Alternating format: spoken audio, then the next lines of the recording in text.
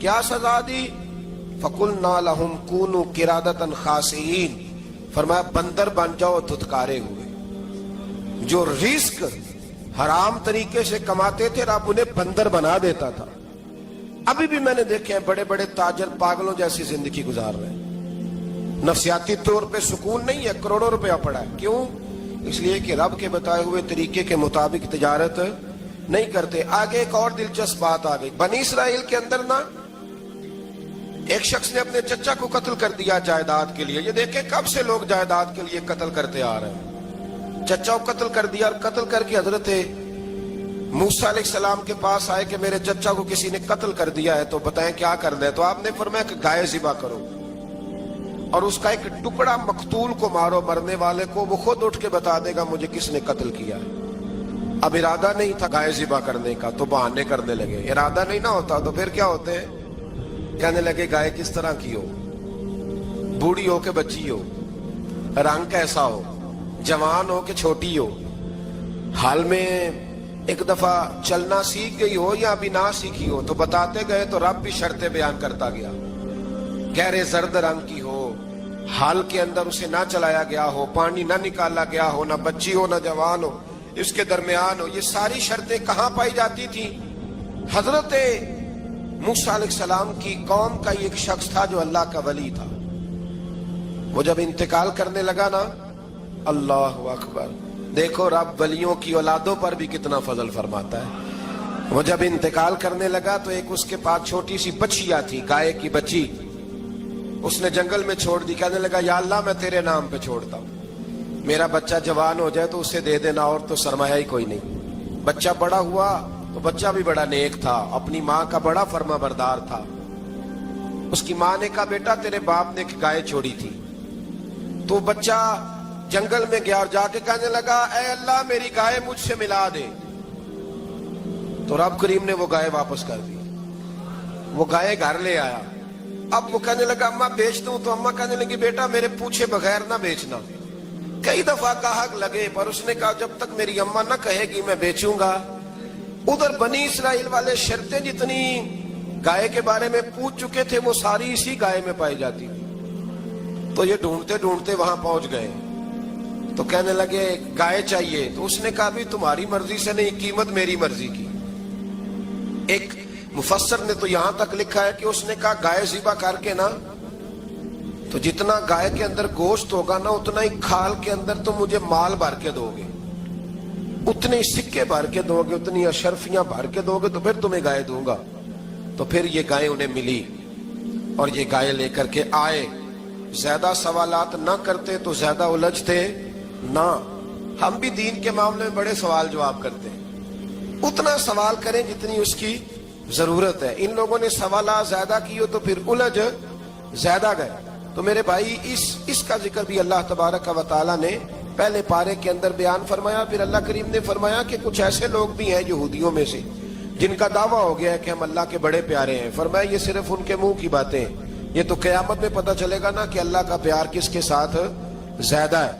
اور پھر یہ بھی یہودیوں نے دعویٰ کیا ہے، اسی پارے میں اللہ فرماتے ہیں کہ ان کا دعویٰ ہے کہ ہم اللہ کے بڑے پیارے ہیں، جنت میں ہم ہی جائیں گے۔ تو اللہ فرماتے ہیں پھر مرنے کی دعا تو کرو، جنت میں تو مر کے جانا ہے نا۔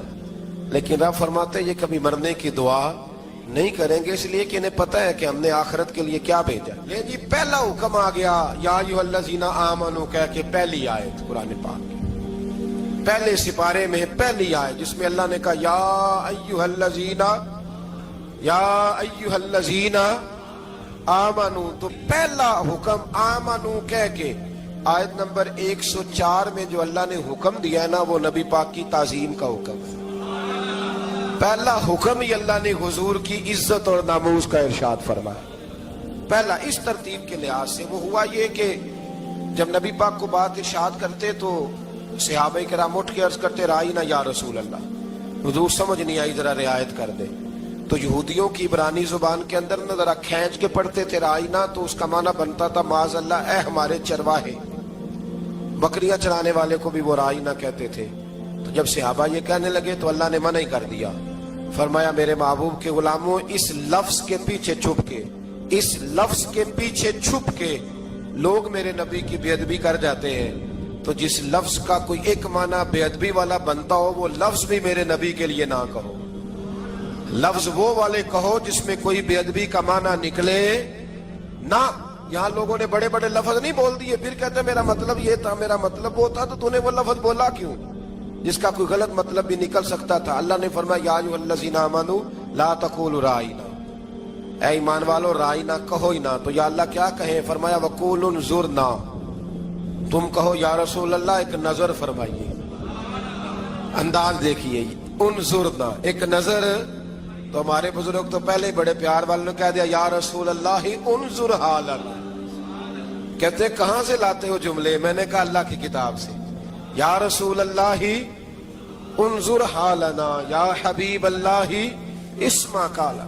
تو تم کہو انظرنا، محبوب نظر کرم کرے، واسمعوا، اور کیا ضرورت ہے دوبارہ پوچھنے کی؟ اللہ کہتا ہے پہلے ہی دھیان سے سنا کرو، پہلے ہی واسمعوا، پہلے ہی احتیاط سے سنو. وللکافرین عذاب علیم، اور کافروں کے لیے دردناک عذاب ہے. لے جی اسی پارے میں اللہ تبارک و تعالیٰ نے پھر اہل یہود کا ذکر کیا. تو یہود کہنے لگے کہ ہم حضرت ابراہیم کے ماننے والے ہیں. تو اللہ کریم نے وہ بھی ذکر کیا کہ میں نے تو ابراہیم کو آزمایا ہے. وَإِذِ ابْتَلَىٰ إِبْرَاهِيمَ رَبُّهُ بِكَلِمَاتٍ فَأَتَمَّهُنَّ، ہم نے ابراہیم کو کچھ چیزوں سے آزمایا ہے، وہ ہماری آزمائش پہ پورے اترے. قَالَ إِنِّي جَاعِلُكَ لِلنَّاسِ إِمَامًا، تو پھر ہم نے انہیں کہا کہ ہم آپ کو پوری دنیا کا امام بنائیں گے. وہ آزمائش کیا تھی؟ آگ میں جانا بھی آزمائش، بیٹے کا نہ ہونا بھی آزمائش، بیٹا ہوا تو پھر اسے وادی غیر ذی زرع ان میں چھوڑ کے آنا بھی آزمائش، بڑا ہوا تو پھر ذبح کرنا بھی آزمائش. فرمایا جہاں جہاں آزمایا ہے نا ابراہیم ہماری آزمائش میں پورے اترے. فرمایا تو مفت میں حضرت ابراہیم کی اولاد بنتے ہو اور ان کا نام لیتے ہو اور ان کے ساتھ اپنا تعلق بناتے ہو، دیکھو تو صحیح وہ کتنی آزمائشوں سے گزرے. تو اس کا بھی اللہ نے اسی میں ذکر فرمایا. اور پھر وہ بات کرتے تھے حضرت یعقوب کی اور حضرت اسحاق کی. تو فرمایا وہ تو ہمارے اتنے خاص بندے تھے کہ وصال کا وقت بھی انہوں نے اپنی اولادوں کو نصیحت فرمائی تھی کہ اللہ کی توحید پہ قائم رہنا. اس کا ذکر بھی اللہ نے اسی پارے میں بیان فرمایا. اور جو حضرت ابراہیم اور جناب اسماعیل نے کعبہ تعمیر کیا تو اس کا ذکر بھی اللہ تعالیٰ نے اسی بارے میں فرمایا. اور فرمایا جب وہ کعبہ بنا رہے تھے تو کہہ رہے تھے ربنا تقبل منا، کہہ رہے تھے اے اللہ بنا ہم نے دیا ہے پر مہربانی فرما ہم سے قبول فرما لے. تو جو آیہ کریمہ آخر میں عرض کرنا چاہتا ہوں اس پر بھی تھوڑی توجہ فرمائیں گے تو بات بڑی نکھر کے باہر آئے گی. یہ 16ویں رکوع کے اندر اللہ نے پھر یہود کا اور عیسائیت کا ذکر فرمایا. تو اللہ کریم نے ایک بات ارشاد فرمائی. یہودیوں کے ہاں جب کوئی بچہ پیدا ہوتا تھا پیلے رنگ کے ساتھ اس کو رنگتے تھے، یا کوئی خاص رنگ تھا ان کا. بچہ پیدا ہوتا تو اس پر وہ رنگ چڑھاتے کہ یہ جی ہمارے مذہب کا رنگ ہے. ہمارے ہاں بھی رسمیں ہیں نا اپنی اپنی، معاذ اللہ اپنی اپنی نہیں ہونی چاہیے، اللہ رسول کا حکم ہونا چاہیے. تو یہودیوں کے ہاں بچہ پیدا ہوتا تو ایک خاص رنگ چڑھاتے، عیسائیوں کے ہاں پیدا ہوتا تو وہ بھی ایک خاص رنگ چڑھاتے. تو مسلمانوں کے ہاں بچے پیدا ہوئے تو انہوں نے بھی توجہ کی کہ یہ کیا ہو رہا ہے. تو رب کریم نے فرمایا صبغۃ اللہ، رنگ اللہ کا ہی ہے. ومن احسن من اللہ صبغہ، اور فرمایا اللہ کے رنگ سے زیادہ خوبصورت کس کا رنگ ہو سکتا ہے؟ اللہ کا رنگ کیا ہے؟ لا الہ الا اللہ محمد الرسول اللہ صلی اللہ علیہ. فرمایا نیلے پیلے کالے رنگ نہ چڑھاؤ، اپنے ذہن پر توحید و رسالت کا رنگ چڑھاؤ. یہ سب سے بہترین رنگ ہے. اگر تمہارے ذہنوں پر رب رسول کی توحید کا رنگ چڑھ گیا تو یہ وہ والا رنگ ہے، پھر تمہیں کسی اور رنگ کی طرف جانے کی ضرورت نہیں پڑے گی. تو فرمایا رنگ وہ پیدا کرو جو توحید کا ہے، رسالت کا ہے، اس رنگ کی توجہ کرو.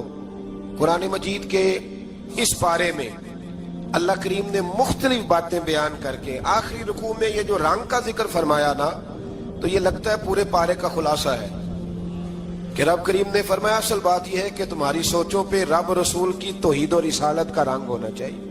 وہ ایک دفعہ مسلمہ کذاب بے ایمان کہنے لگا میں نے بنا لیا قرآن پاک کا جواب. معاذ اللہ، جواب کیا بنایا؟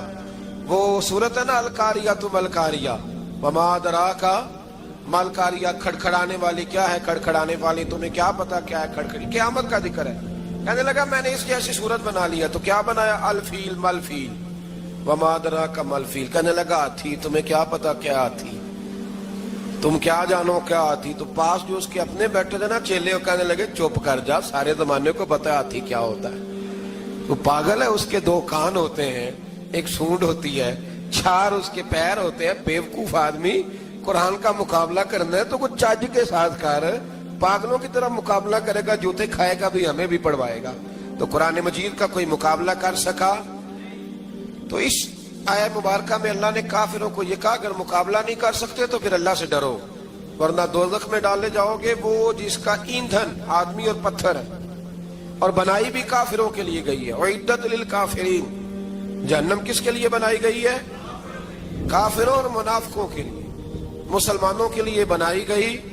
مسلمان مرضی سے چھلانگے لگائیں تو ان کی موج ہے، ورنہ ان کے لیے جہنم، ان کے لیے اللہ نے جنت بنائی ہے. اور یہ بات کرتے ہی رب کریم نے فرمایا اے محبوب علیہ الصلوۃ والسلام، مومنوں کو خوشخبری دے دیں کہ اللہ نے ان کے لیے جنت بنائی ہے، اس میں باغات ہیں، انہیں رزق دیا جائے گا کھانے کے لیے، اور اس میں انہیں پاکیزہ بیویاں دی جائیں گی، اور پھر وہ اس میں ہمیشہ رہیں گے، انہیں اس سے نکالا نہیں جائے گا.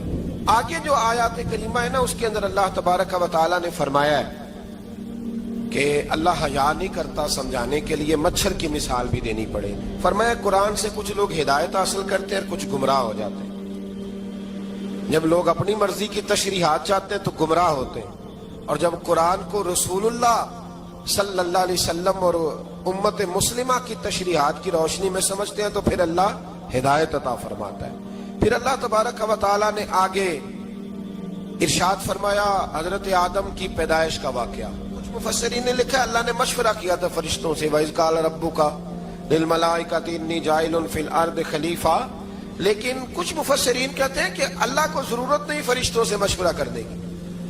اللہ نے فرشتوں سے مشورہ نہیں کیا، بلکہ رب نے انہیں آگاہ فرمایا تھا کہ میں لگا ہوں زمین پہ اپنا نائب بنانے، میں خلافت دینے لگا ہوں زمین پہ. اب یہ تو دینے والی کی مرضی ہے نا اس نے کس کو دینی ہے، یہ تو دینے والے کی مرضی ہے نا اس نے. تو کچھ لوگ کہتے ہیں کہ دینے والے سے زیادہ ہمیں پتہ ہے. تو فرشتوں کو بھی یہ اجتہادی خطا ہو گئی، کہنے لگے یا اللہ اسے نہ بنانا، یہ فساد کرے گا، یہ خون ریزیاں کرے گا. تو اللہ نے فرمایا جو میں جانتا ہوں وہ تم. اللہ اکبر. امام راضی فرماتے ہیں جب رمضان آتا ہے تو اللہ فرشتوں سے کہتا ہے ذرا یہ کھول کے دروازے دیکھو نا یہ زمین پہ کیا کر رہے ہیں. تم تو کہتے تھے فساد کریں گے اور یہ سارے تراویحیں پڑھ رہے ہیں. تم تو گویا کہتے تھے فساد کریں گے اور یہ تو دیکھو گویا رمضان کے روزے رکھ رہے ہیں. یہ تو میری یاد میں نکلے ہوئے. تم کچھ کہتے تھے اور دیکھو میں نے تمہیں کہا تھا نا جو میں جانتا ہوں وہ تم.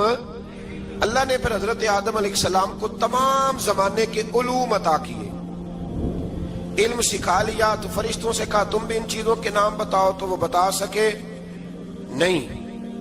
اللہ نے فرمایا اب اس طرح کرو آدم کو سجدہ کرو. سب نے سجدہ کیا سوائے وہ. کہنے لگا یا اللہ صرف تجھے ہی کرنا ہے. کرنا بھی صرف اللہ کو چاہیے، پر رب کے آگے بھی جھکنا چاہیے، اور جس کے سامنے رب جھکائے نا وہاں بھی. اور یہ جو عاجزی ہے نا، یہ جو جھکنا ہے، یہ علم کے آگے ہے. ہماری مصیبت یہ ہے کہ ہم علم کے آگے بھی گردن جھکانے کو تیار نہیں ہوتے، وہاں بھی ہم خود عالم فاضل بن جاتے ہیں. تو فرمایا کہ سب سے کہا سجدہ کرو. سب نے سجدہ کیا سوائے ابلیس کے. تو پھر ہوا کیا وَكَانَ مِنَ الْكَافِرِينَ، وہ کافروں میں سے ہو گیا. پھر اللہ نے حضرت آدم کو اور جناب حوا کو نا مقام دے دیا جنت میں رہنے کے لیے، اور کہا سارا کچھ کھانا، درخت کے قریب نہ جانا. ابھی آپ کسی سے کہہ دیں تھوڑا سا کہ پیچھے نہ دیکھنا، یعنی اگر میری سمجھ لیں ادب کی وجہ سے کوئی 1.5-2 منٹ یا 6 منٹ نہیں بھی نہ دیکھے گا تو سوچے گا ضرور کہ پتہ نہیں اب پیچھے کیا ہے، مصیبت کیا ہے. یعنی آپ کہہ کے دیکھ لیں کسی کو، پیچھے نہ دیکھنا. فطرت ہے نا انسان کی، وہ جستجو کرتا ہے. کہا اس درخت کے پاس نہ جانا. تو حضرت حوا سلام اللہ علیہ کہتے ہیں دل میں خیال رہتا تھا کہ آخر ہے کیا درخت کے پاس. یہی انسان کا عقیدہ توحید ہے کہ جہاں سے رب منع کر دے وہاں وہ منع ہو جائے. اور یہ ان کی خطا نہیں تھی، یہ اللہ کی حکمت تھی، چونکہ رب نے تو پہلے کہہ دیا تھا بنایا ہی زمین کے لیے، تو یہ تو سارا کچھ ہونا تھا تو زمین پہ آنا تھا نا. تو حضرت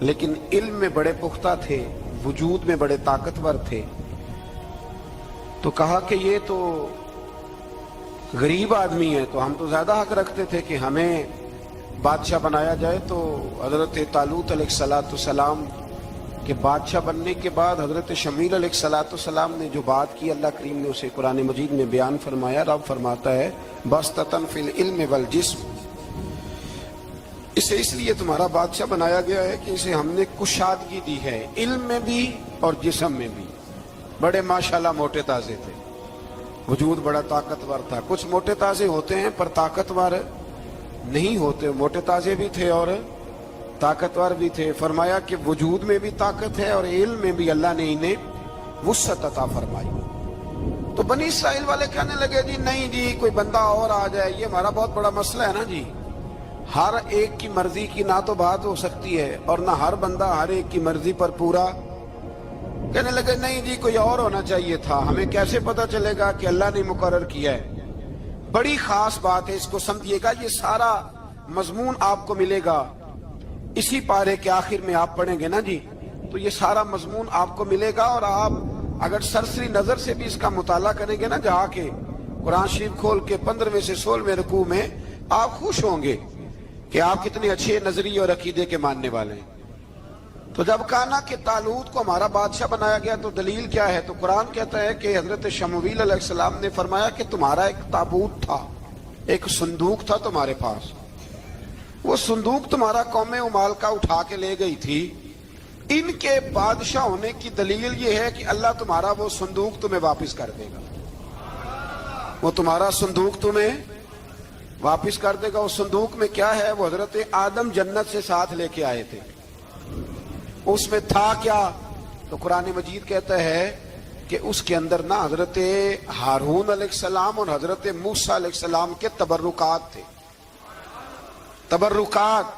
کل میں ایک مولوی دیکھ رہا تھا بیچارہ، ایک بندہ نا مسجد نبی کے ساتھ غلاف اور شاید کوئی کفن تھا، وہ مسجد نبی کی دیواروں سے مس کر رہا تھا. تو وہ کہہ رہا تھا نہیں اس سے کیا ہوتا ہے، تبرک کوئی چیز نہیں، اچھے اعمال کی وجہ سے بندہ بخشا جائے گا.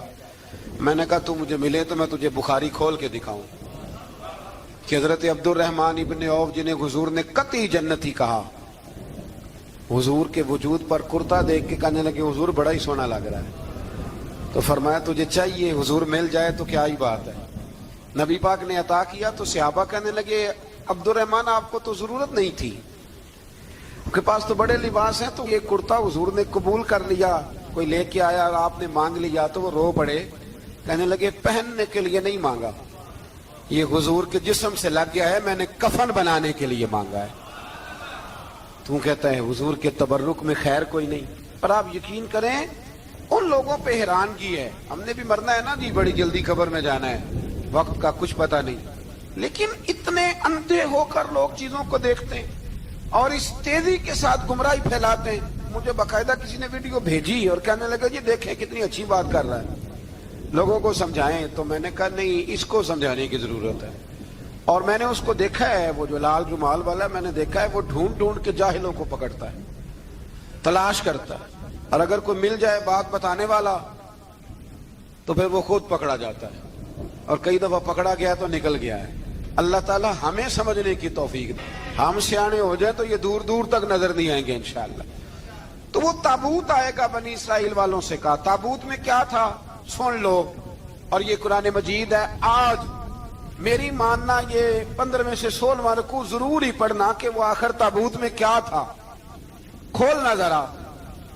قرآن مجید کہتا ہے کہ حضرت موسیٰ علیہ السلام اور حضرت ہارون کے تبرک تھے. تو تبرک کیا تھے؟ تمام مفسرین نے لکھا ہے کہ حضرت موسیٰ کا ایک کرتا تھا، ایک ڈنڈا تھا، جوتے تھے، اور جناب ہارون علیہ السلام کا امامہ شریف تھا، اور تورات کی کچھ تختیاں تھیں. تو اس کا فائدہ کیا تھا؟ اس تابوت کا فائدہ یہ تھا کہ بنی اسرائیل والے جب اپنے دشمنوں سے لڑتے تھے تابوت سامنے رکھ کے دعا مانگتے تھے، اللہ انہیں کامیابی عطا کر دیتا تھا. تو قوم عمالقہ کو بھی پتہ چل گیا کہ صندوق میں کچھ ہے جس کی وجہ سے یہ کامیاب ہو جاتے. وہ صندوق اٹھا کے لے گئے. اب ان کی کم بختی یہ، کم نصیبی یہ انہوں نے جا کے اسے روڑی پہ پھینک دیا. جب روڑی پہ پھینکا تو ان کے اندر بیماریاں آ گئی, وبائیں پھوٹ پڑی, مرنے لگے, وجود پھولنے لگا. پھر ان کے دلوں میں بات آئی کہ یہ ہم نے اس صندوق کی بے ادبی کی ہے. صندوق میں کیا ہے؟ تبرکات. ہمیں کہتے ہیں جی نالین کا نقشہ کیوں لگایا ہے؟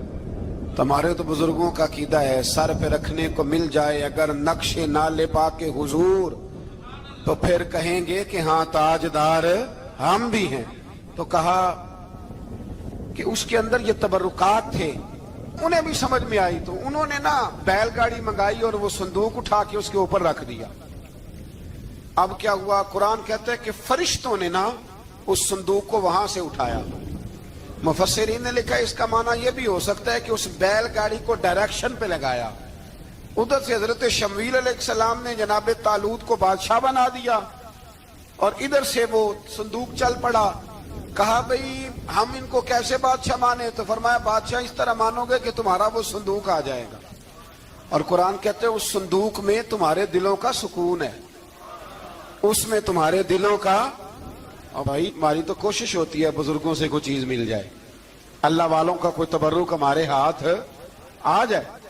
تو وہ صندوق آ گیا, یہ مان گئے. اب جہاد کرنے نکلے تو لڑنا تھا جالوت کی قوم کے ساتھ. وہ بڑا سخت آدمی تھا, 3 من سونا اس نے وجود پہ پہنا ہوتا تھا. اس کی قوم سے لڑنا ہے, ٹوپی بڑی تگڑی پہنی ہوتی تھی لوہے کی. اب کون لڑے؟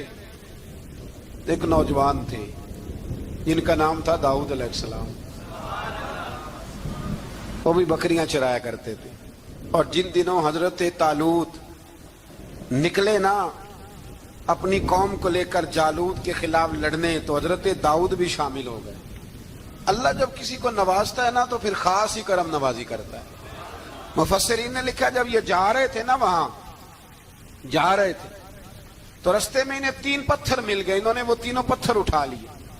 اس زمانے میں پتھر پھینکنے کے لیے چھوٹی چھوٹی لوگوں کے پاس چیزیں ہوا کرتی تھی. اس کو کوپھن بھی لوگ کہتے تھے, منجنیق, اس کو سامنے رکھ کے پھر بنائی گئی. تو آپ کے پاس بھی وہ آلہ تھا جس سے دشمن پر پتھر مارے جاتے تھے. تو آپ وہ مشین لے کر وہ آلہ لے کر وہاں پہنچے ہوئے تھے. 3 پتھر آپ کے پاس تھے.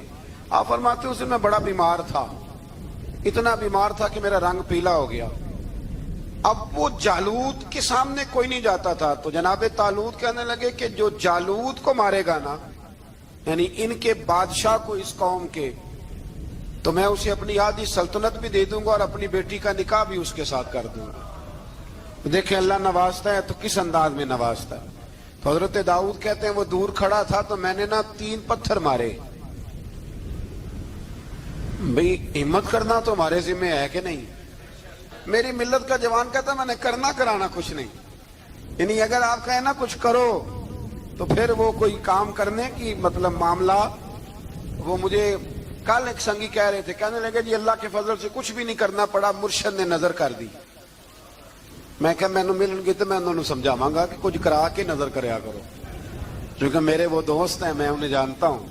نظر میں بڑا کچھ ہوتا ہے لیکن اللہ بھی تو بندے پہ بڑی نظر رحمت کرتا ہے نا.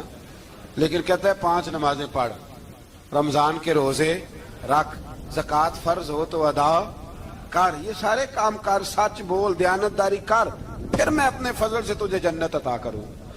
تو یہ جو رویہ ہم نے بنایا یہ درست نہیں. تو فرماتے ہیں 3 پتھر میں نے مارے, اللہ نے اتنا فضل کیا کہ وہ بھی مر گیا, اور اس سے چھو کے میرے پتھر آگے بڑھے تو اس کی فوج کے 30 آدمی بھی مر گئے. 3 پتھروں سے 31 بندے اللہ نے مار دیے. فرماتے اس لیے کہ ہاتھ میرے تھے اور طاقتیں میرے رب کریم کی تھی.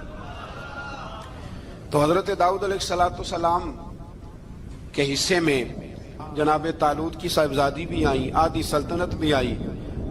کافی سال حضرت طالوت حیات رہے, پھر ان کا وصال ہو گیا. تو ساری سلطنت حضرت داؤد کو ملی, اور پھر اللہ تبارک و تعالیٰ نے انہیں نبوت بھی عطا فرمائی. یہ دنیا میں واحد پیغمبر ہیں جو بیک وقت نبی بھی تھے اور بادشاہ بھی تھے. اور پھر اللہ نے فضل فرمایا, انہوں نے بڑی بڑی فتوحات کی. اور پھر حضرت داؤد کے صاحبزادے کا نام حضرت سلیمان علیہ السلام, پھر ان کے صاحبزادے کا نام حضرت. تو یہ ہوا کیسے؟ یہ سارا کچھ اللہ تبارک و تعالیٰ کے فضل سے ہوا, اس کے کرم سے ہوا. اب اس واقعہ سے ہمیں کیا پتہ چلتا ہے؟ ہمیں یہ پتہ چلتا ہے کہ رب جب فضل فرمائے نہ کسی پہ بھی تو ہمیں اس بندے کو دیکھ کے راضی ہونا چاہیے، کوئی شکوہ نہیں کرنا چاہیے. اور دوسری بات یہ سمجھ لینا چاہیے کہ حکومتیں، مال، دولت یہ صرف سیاستوں سے نہیں ملتی، یہ خدا کے فضل سے ملتی. اور یہ بھی سمجھ لینا چاہیے کہ جو بزرگوں کے تبرکات ہوتے ہیں ان کی کیا ہی بات ہوتی ہے. چند باتیں ایسی تھیں کہ میرا دل کرتا تھا ان کو دہرایا جائے اور خاص کر کے ان باتوں پر توجہ کی جائے. یہاں نا اللہ تبارک و تعالیٰ نے ان باتوں میں سے ایک بات کا ذکر فرمایا ہے. یہاں 207 نمبر جو آیت ہے نا اسی پارے کی، اس میں اللہ کریم نے فرمایا کچھ لوگ ایسے ہیں جو اپنی جانیں ہی اللہ کے حوالے کر دیتے ہیں. زندگی کا مقصد دین ہوتا ہے، لٹا دیتے ہیں. یہ نازل کب ہوئی؟ یہ آیت مبارکہ حضرت صہیب رومی کے بارے میں نازل ہوئی. حضرت صہیب رومی رضی اللہ تعالیٰ عنہ بڑے مالدار تھے. مکے سے جب چلے نا تو سارا مال مکے میں چھوڑ دیا، اس لیے کہ اللہ کے رسول مدینے چلے گئے. فرماتے ہیں پھر میں نے مال و دولت کی پرواہ نہیں کی، پھر میں نے یہ سوچا کہ میں نے اپنے حبیب کے پاس طیبہ کے لیے جب نکلا تو کفار نے، قریش مکہ نے روکا، ہم نہیں جانے دیں گے. حضرت صہیب رومی فرمانے لگے بھی سنو، میں کمزور نہیں، میں طاقتور آدمی ہوں، اور تم میں سے کوئی ایسا مائی کا لال نہیں جو تیر چلانے میں مجھ سے زیادہ سیانا ہو، تلوار چلانے میں مجھ سے زیادہ عقل مند ہو. جانا مدینے میں نے ہے. اب یہ ہے کہ تم بتاؤ میرے ساتھ تیروں تلواروں سے لڑو گے یا میں تمہیں ایک سودا بتاؤں وہ سودا کرو گے؟ قریش کہنے لگے سودا کیا ہے؟ کہنے لگے میرا بڑا مال ہے، میں مکے میں دفن کر کے آیا ہوں، تم مجھے مدینے جانے دو، میں تمہیں سارے مال کا پتہ بتا دیتا ہوں. ہزاروں لاکھوں میں تھا مال تجارت. دیکھیں جب صحابہ مدینے جاتے تھے تو کتنی قیمت دے کے جایا کرتے تھے. تم مجھے جانے دو، میں تمہیں وہاں کا پتہ بتاتا ہوں. انہوں نے کہا جی بات ٹھیک ہے، آپ پتہ بتا دیں. حضرت صہیب نے ساری زندگی کی جمع پونجی ہزاروں لاکھوں میں ساری دے دی اور مدینے کے لیے تیار ہو گئے. اللہ کریم نے اس بات کو بڑا ہی پسند فرمایا اور فرمایا وَمِنَ النَّاسِ مَن يَشْرِي نَفْسَهُ ابْتِغَاءَ مَرْضَاتِ اللَّهِ. فرمایا کچھ لوگ ایسے ہیں جو اپنی جانیں ہی بیچ دیتے ہیں اللہ کی رضا حاصل کرنے کے لیے، اپنی جانیں بیچ دیتے ہیں. نَفْسَهُ ابْتِغَاءَ مَرْضَاتِ اللَّهِ، اللہ کی رضا حاصل کرنے کے لیے اپنی جانوں کو بیچ دیتے ہیں. تو فرمایا پھر اللہ کیا کرتا ہے؟ فرمایا واللہ رؤوف بالعباد، پھر اللہ بھی اپنے بندوں پر بڑا ہی رحم فرمانے والا ہے. جب یہ سارا مال دے کے مدینے پہنچے نا تو ان کے استقبال کے لیے جناب عمر پہلے سے موجود تھے. حضرت عمر ریسیو کر کے نبی کریم کی بارگاہ میں لے گئے تو فرماتے ہیں حضور نے مجھے دیکھتے ہی فرمایا صہیب زندگی میں تم نے بڑی تجارتیں کی ہوں گی، پر یہ جو تم نے سودا کیا ہے نا یہ بڑا ہی نفع والا کیا ہے. یہ جو سودا فرمایا یہ تو نے بڑا. تو دین کے لیے جب آپ کوئی کام کرتے ہیں تو یہ سودا بڑا نفع والا. ایک مضمون اور یہاں ہے 216 نمبر آیت میں، وہ بھی بڑا ہی سمجھنے والا ہے. اللہ کریم نے جب جہاد فرض کیا نا تو فرمایا کتب علیکم القتال، ہم نے تم پر قتل کرنا، قتال کرنا فرض کیا ہے.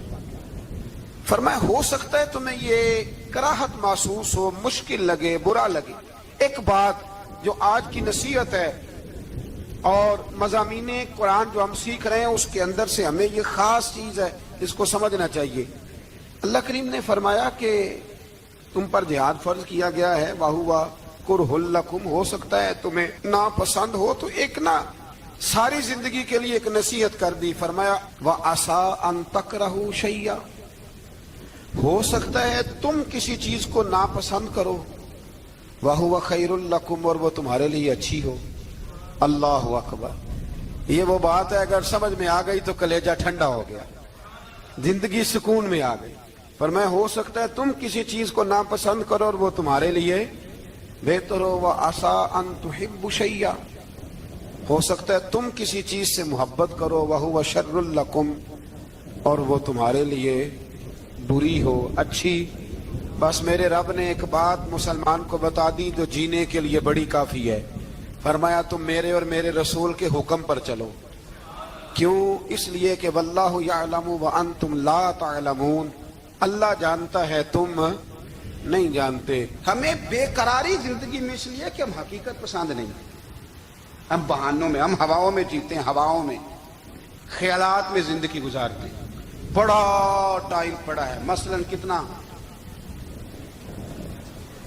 کتنا میرے رسول کریم صلی اللہ تعالی علیہ وآلہ وسلم نے ایک دن صحابہ سے فرمایا تمہیں حیا نہیں آتی؟